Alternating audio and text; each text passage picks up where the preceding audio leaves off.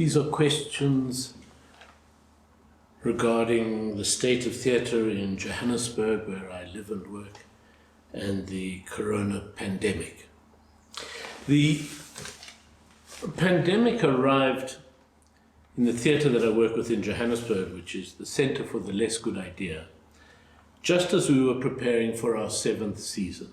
The Centre for the Less Good Idea, which is a small multidisciplinary art centre in Johannesburg, works on the principle of inviting different actors, musicians, choreographers to come together and find the energy that comes from the process of working together, a kind of thinking in materials.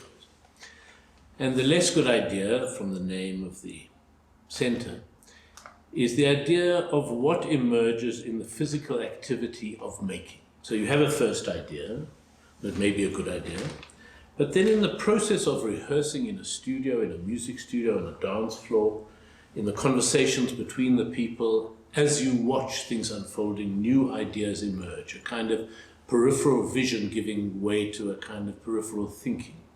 And this is the heart of what happens at the center. And this has to do with physical proximity, with seeing things in the moment, with being open to the response of seeing other people seeing things in that moment. And the shift into long-distance thinking and working is in some ways and the antithesis of the way the center works. What we did, though, for our 7th season, which was about to be performed live as the lockdown in Johannesburg occurred, was we rushed and went on with rehearsals to the last possible moment and filmed some of the 40 performances which were going to be part of the 7th season in either late stages of rehearsal or early stages of performance, and then showed those as a kind of online festival, as a preliminary taste of what will happen when we hope by the end of the year it's possible to have the theatre again and the centre open, and not just rehearsals but some performances. We're very small scale, we never expect more than 150 or 180 people in a performance. And we hope that at some point this will be possible again.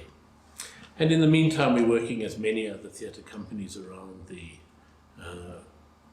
world are, as Vivian Gregorz describes his theatre company in Warsaw, in terms of making work that will be shown online and also making the best of this. There are certain gains that one has, certain advantages to working this way.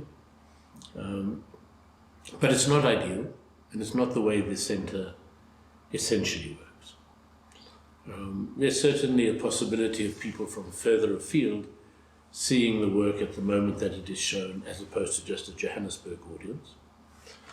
But we know that the focus and the attention in online viewing is nothing like the attention one has when you're watching a theatre piece in front of you. It's a poor second cousin to that experience of being surrounded by other people, watching something being made by the living bodies right in front of you. Slightly more successful, I think, have been some of the conversations, such as conversations by artists in their studio, which suddenly brings an online audience into a place that would not have been invited otherwise, to see things in a more intimate and relaxed way than they would have in the formality of an exhibition or a formality of artist talk or a lecture. So that's a new element which I'm sure will continue even after this lockdown happens.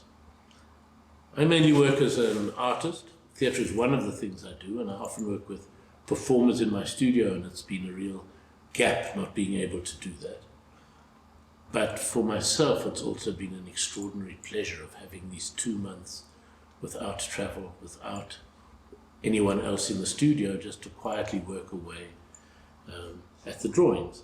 Having said that, there are all sorts of projects which are cancelled, on hold, not possible under these circumstances, and we wait as our lockdown unlocks to be able to continue with these projects. And I'm also very aware of, as I'm sure many people will be, of the difference between being able to practice one's métier in a studio in the garden of the house, to the many other visual artists who can't get to their studios to actually work, and of course to all the performers, musicians, actors, dancers, who can neither earn an income because all performances have been cancelled, nor can a lot of them even practice their craft, their métier. There isn't a studio to work in. They're not able to rehearse with other people as actors.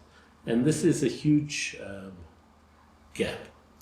I mean, a lot of people have spoken about this being a good time for reflection. I think it's a bad time for reflection.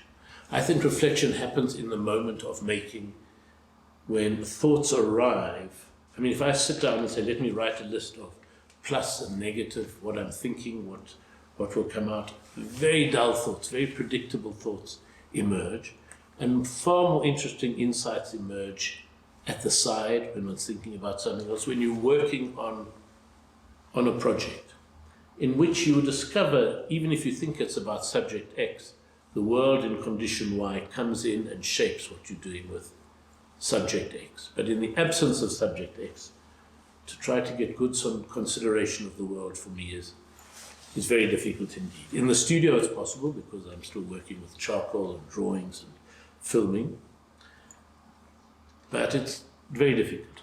For the centre, after this first season of online work, we also started a project called The Long Minute, which was inviting all the people the many hundreds of artists who'd worked with the centre over the last 4 years since its creation, to make 1-minute films, 1-minute performances of drawings or reflections using the camera of a cell phone. So something that could be done in lockdown.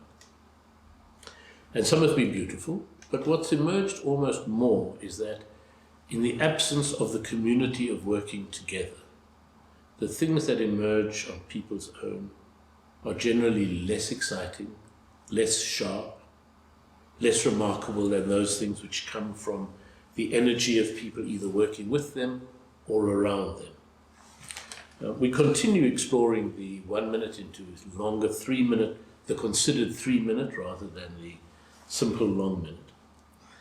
And we work that way. But in a larger sphere, this pandemic is very interesting and very distressing in South Africa. In many ways, it pushes us back into the kind of world of apartheid South Africa. The divisions between the privileged white suburbs, such as where I live, and the grand gardens, like the beautiful garden I have, in which the lockdown is becomes a domestic oasis, and people living in informal settlements, in townships, as many of the performers and actors who work at the centre do, where social distancing is very difficult, where the conditions of lockdown become extremely onerous and punitive. And we do have extreme lockdown situation in South Africa.